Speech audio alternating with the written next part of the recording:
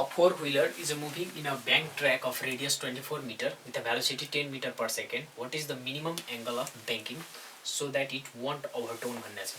यो गाडीको मोडहरु हुन्छ नि, बाटोको मोडहरु, सर्कुलर जहाँ रोडहरु हुन्छ त्यहाँतिर के हुन्छ भनेदेखि रोडलाई ब्याङ्क गरेको हुन्छ। के गरेको हुन्छ? यो सर्कलहरु हुन्छ, सर्कुलर पाथ जहाँ हुन्छ त्यहाँ रोडलाई के गरेको हुन्छ? यसरी ब्याङ्क गरेको हुन्छ त हो। त यो ब्याङ्क गरेको जुन एंगल हुन्छ, यो एंगल थीटा कति हुन्छ भनेर सोधिरहेछ। यो एंगल थीटा हामीलाई पत्ता लगाउनु हो। त यो रेडियस हो जुन सर्कुलर पाथमा यो गाडी मुभ गर्छ। त यो रेडियस दिएको छ यहाँ 24 मिटर हो र भेलोसिटी अफ कार गिभन छ। यो गाडी छ भने, यो गाडी छ भनेदेखि यो गाडीको भेलोसिटी गिभन छ हो। गाडीको भेलोसिटी गिभन छ हामी र यो एंगल थीटा जुन हुन्छ tan theta is equal to v square upon rg। यो v के हो? भेलोसिटी अफ फोर व्हीलर र यो के हो? रेडियस जुन यो पाथ जुन छ नि त्यो बेन्ड छ त्यसको रेडियस कति छ र यो एक्सेलरेसन ड्यू टु ग्रेभिटी। त यो कसरी आउँछ अहिले म भन्छु।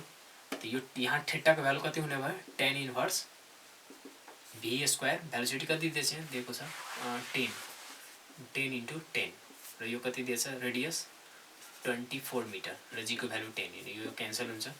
यो आउँछ tan इन्भर्स 5/12 हो।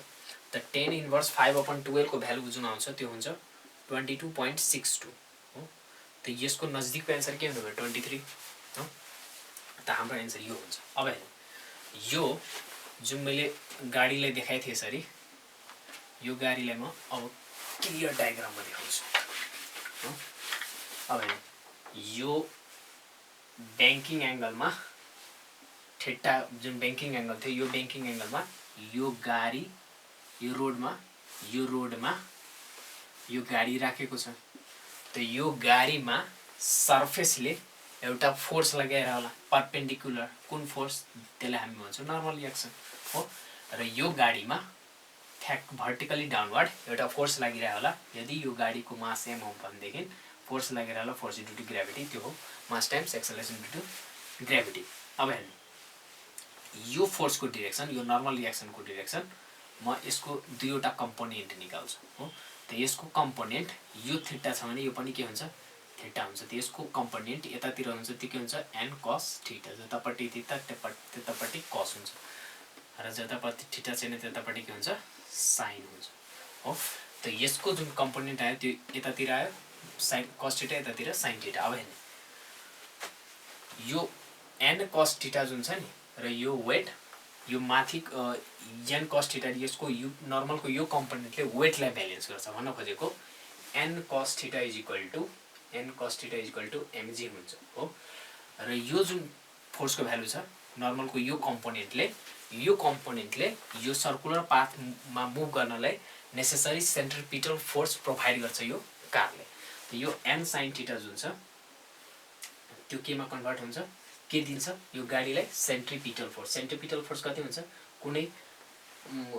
कुनै अब्जेक्ट यदि सर्कुलर पाथमा मुभ गरिरहेछ भने त्यसको सेन्टरतिर फोर्स लाग्छ, त्यो हो सेन्ट्रिपिटल फोर्स। त त्यो सेन्ट्रिपिटल फोर्सको भ्यालु कुन हो? यो n sin थीटा। त कुनै अब्जेक्ट m मास भएको अब्जेक्ट यदि v भेलोसिटीले सर्कुलर पाथमा मुभ गरिरहेछ भने सेन्टरतिर सेन्ट्रिपिटल फोर्स लाग्छ, त्यसलाई यसको भ्यालु कति हुन्छ? mv square upon r। यदि रेडियस अफ सर्कल r छ भनेदेखि त यहाँ पनि के हुन्छ? mv square upon r। यो इक्वेसन 1 भन्ने, यो इक्वेसन 2 भन्ने हो। इक्वेसन 2 लाई 1 ले डिभाइड गर्ने त कति आउँछ? tan theta is equal to tan theta is equal to v square upon rg हो।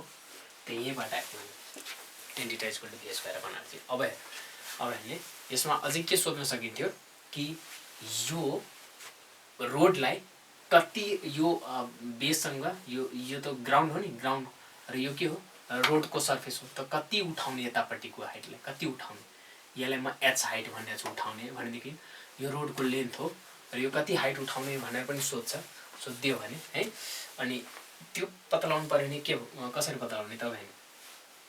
स्मल एंगल हुन्छ थीटाको भ्यालु के हुन्छ भेरी स्मल हुन्छ त यदि थीटाको भ्यालु स्मल हुन्छ त tan theta is equal to sin theta हो यसको value is equal to sin theta र यो भ्यालु जुन हुन्छ नि त्यो थीटाको बराबर हुन्छ हो हुन्छ र यहाँ tan theta is equal to यस केसमा tan theta is equal to p by b लेख्न मिल्छ h upon d हो त यहाँ सरी यहाँ tan p by b p यो भयो b त यो भयो नि हैन tan थीटा हैन यहाँ के लेख्ने sin थीटा यो p छ र यो h त sin theta is equal to p by b हो h by b यो के हो परपेंडिकुलर यो के हो बेस यो के हो हाइपोटेन्युज हो के त्यो के हुन्छ परपेंडिकुलर यो एंगल थीटा को अपोजिट परपेंडिकुलर अपन हाइपोटेन्युज हैन त sin theta is equal to tan theta त हैन sin थीटा को ठाउँमा के लेख्न पाउने भयो h अपन हैन पहिलो हैन कि tan theta is equal to के छ v square upon rg tan theta is equal to v square upon rg छ हो त tan थीटा को ठाउँमा के लेख्न पायो sin थीटा sin थीटा को ठाउँमा के लेख्न पायो h by b त h by b is equal to v square upon rg हुन्छ त हाइट जुन उठाउनु पर्यो त कति हुन्छ v square b into r into g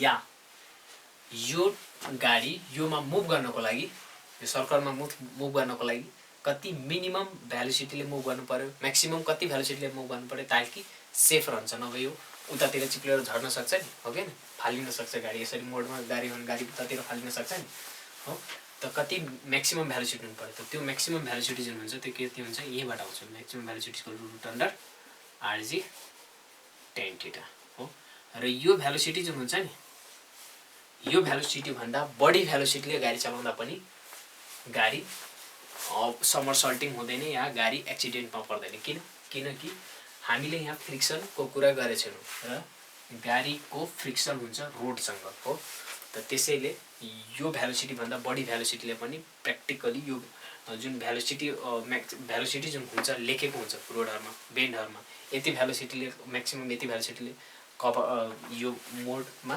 गाडी चलाउन मिल्छ भनेर तर त्यो भन्दा बढी भेलोसिटीले पनि चलाउन मिल्छ यो एक्चुअल भ्यालु जुन आउँछ हामीले क्याल्कुलेट गरे त्यो भन्दा बढी भेलोसिटीले चलाउन मिल्छ किनकि फ्रिक्सन हुन्छ बिट्विन टायर्स एन्ड रोड्स